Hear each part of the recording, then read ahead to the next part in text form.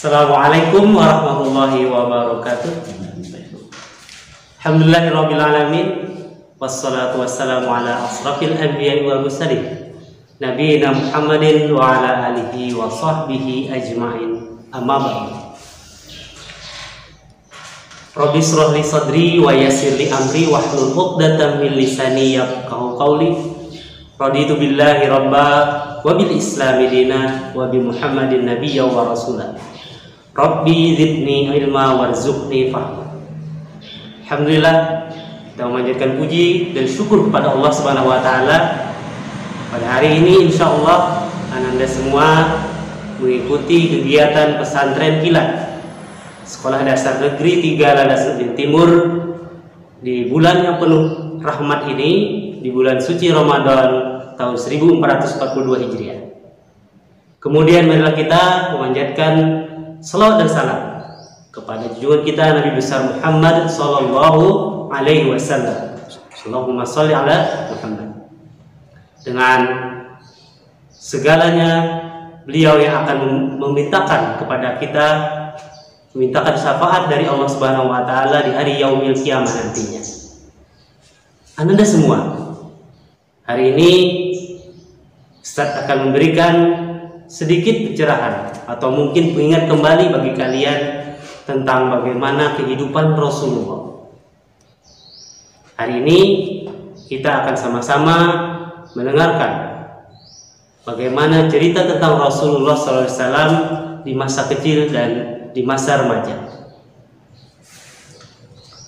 Saya harapkan kalian masih dalam keadaan berpuasa, tetap menjaga protokol kesehatan, dan mudah-mudahan kita selalu diberikan perlindungan oleh Allah Subhanahu wa taala sehingga terhindar dari pandemi yang saat ini melanda di muka bumi. Anda semua yang berbahagia, kita mengenal tentunya kota Mekah Al-Mukarramah, tempat kelahiran Rasulullah SAW. Di tahun kelahiran Rasulullah SAW yang dikenal dengan tahun gajah, karena pada saat itu Makkah akan diserang oleh sepasukan yang berasal dari Yaman yang dipimpin oleh seorang pimpinan tertinggi yang bernama Raja Abraha. Raja Abraha dikenal sebagai seorang raja yang memiliki pasukan terkuat, pasukan bergajah, kuda, dan pasukan jalan kaki. Pasukan Abraha berencana untuk menyerang kota Ka'bah, di mana Ka'bah dikenal sebagai pusat peradaban. Setiap tahun, baik itu orang-orang Yahudi, Nasrani, Majusi, maupun pedagang-pedagang untuk melaksanakan ibadah di Ka'bah. Dan di Ka'bah tersebut terdapat ratusan berhala-berhala yang berasal dari berbagai suku, bahkan berbagai bangsa. Di tahun tersebutlah Nabi kita, Nabi Muhammad SAW lahir ke muka bumi, tepatnya pada tanggal 12 Rabiul Awal di tahun gajah, dari ibunda yang bernama Bunda Aminah dan ayah yang bernama Abdullah.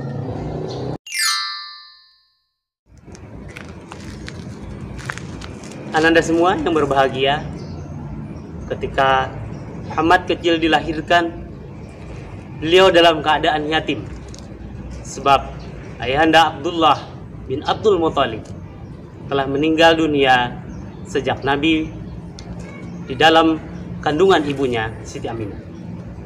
Ketika lahir pun, Nabi Muhammad tidak bisa merasakan nikmatnya air susu ibu.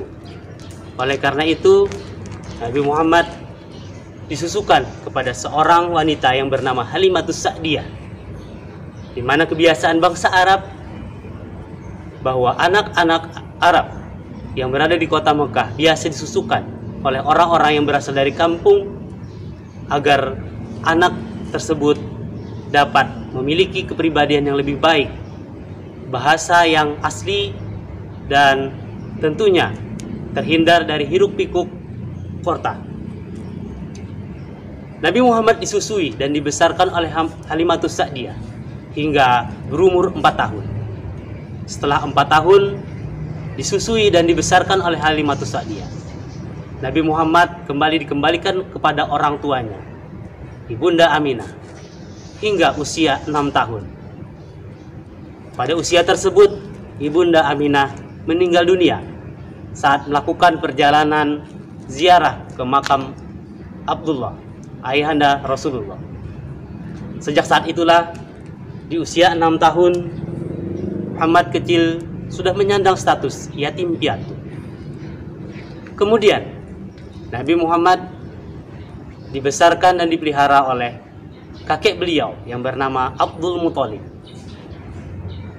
Dengan bimbingan Abdul Muthalib, beliau mendapatkan banyak pelajaran karena kakek Abdul Muthalib adalah seorang penjaga Ka'bah yang memberikan pelayanan dan memberikan wejangan kepada orang-orang yang mengunjungi Ka'bah. Hingga usia 8 tahun, Nabi Muhammad dibesarkan oleh kakek Abdul Muthalib hingga beliau pun pergi meninggalkan dunia. Kemudian Muhammad dibesarkan dan dibimbing oleh paman beliau yang bernama Abu Thalib. Dalam masa asuhan Abu Thalib, Nabi Muhammad diajarkan untuk mengembala kambing.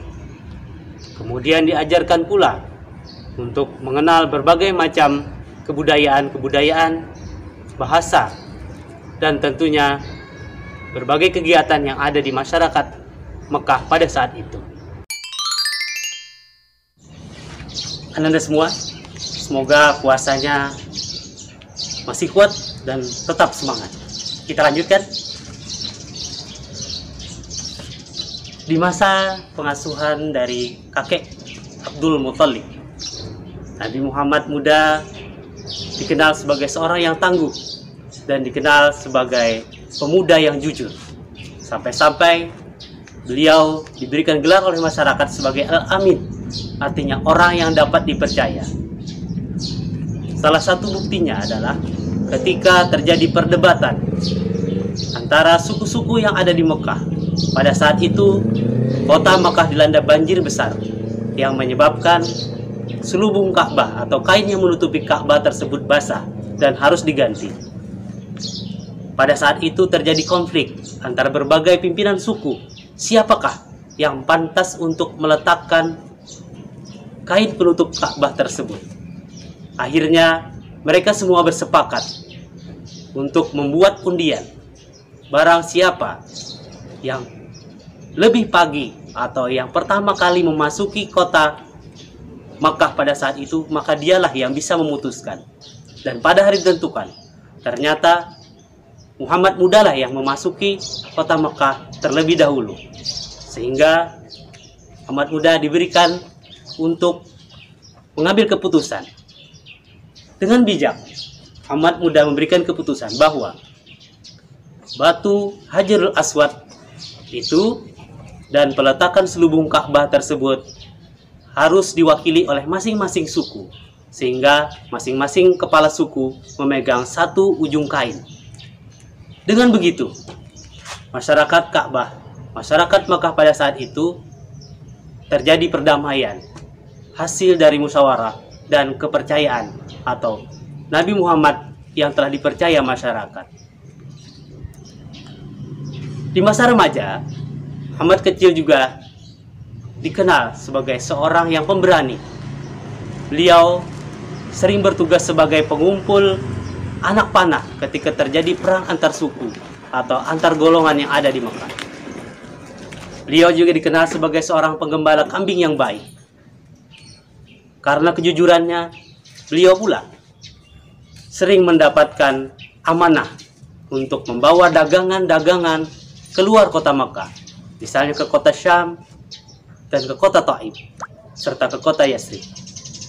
Salah satu saudagar yang sangat memberikan kepercayaan kepada Muhammad adalah Ibunda Khadijah, yang pada akhirnya nanti ketika Nabi berumur 25 tahun, Khadijah mempersunting Nabi Muhammad sebagai suaminya.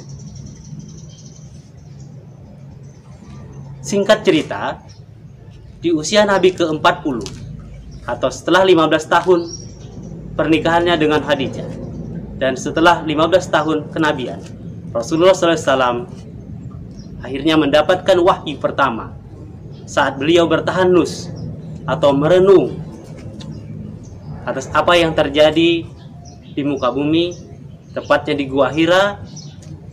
Pada tanggal 17 Ramadan, beliau didatangi oleh malaikat Jibril yang langsung mendatangi beliau dan menyuruh untuk membaca. Iqra ya Muhammad, baca wahai Muhammad. Lalu Nabi Muhammad menjawab, ma ana biqari, apa yang harus saya baca? Itu terjadi berkali-kali hingga Jibril memeluk Nabi Muhammad. Kemudian turunlah ayat surah Al-Alaq ayat 1-5. Anda semua yang berbahagia, demikianlah cerita singkat tentang Nabi Muhammad SAW pada saat kelahirannya hingga beliau mendapatkan wahyu sebagai Rasul terakhir, Khatamul Anbiya wal Mursalin, penutup para Nabi dan Rasul. Dari cerita ini dapat kita simpulkan bahwa yang pertama, kejujuran menjadi hal yang penting. Karena kejujuran merupakan karakter Islam, karakter anak muslim. Dengan kejujuran, maka kita akan mendapatkan integritas, kepercayaan.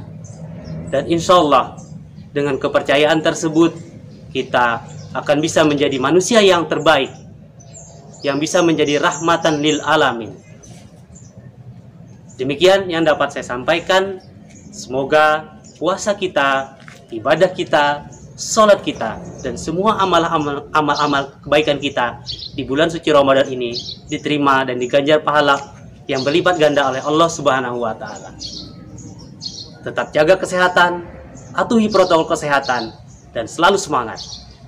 Assalamualaikum warahmatullahi wabarakatuh.